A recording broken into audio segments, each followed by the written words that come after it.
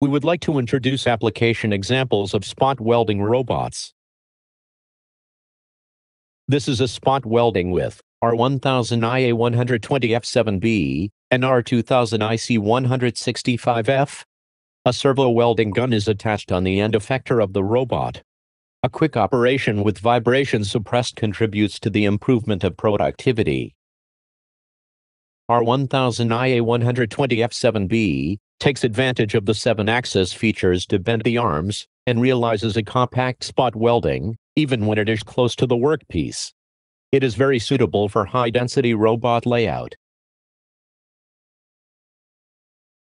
The robot in the foreground is R2000 ID210FH.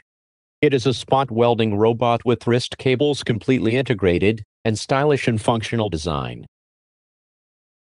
Since there are no external cables, the robot can get closer to the workpiece. In addition, there is no need for trial and error in cable routing on the site.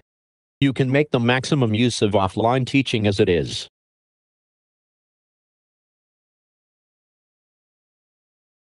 Finally, let us show you spot welding motion with R2000 IC165F and R2000 ID210FH.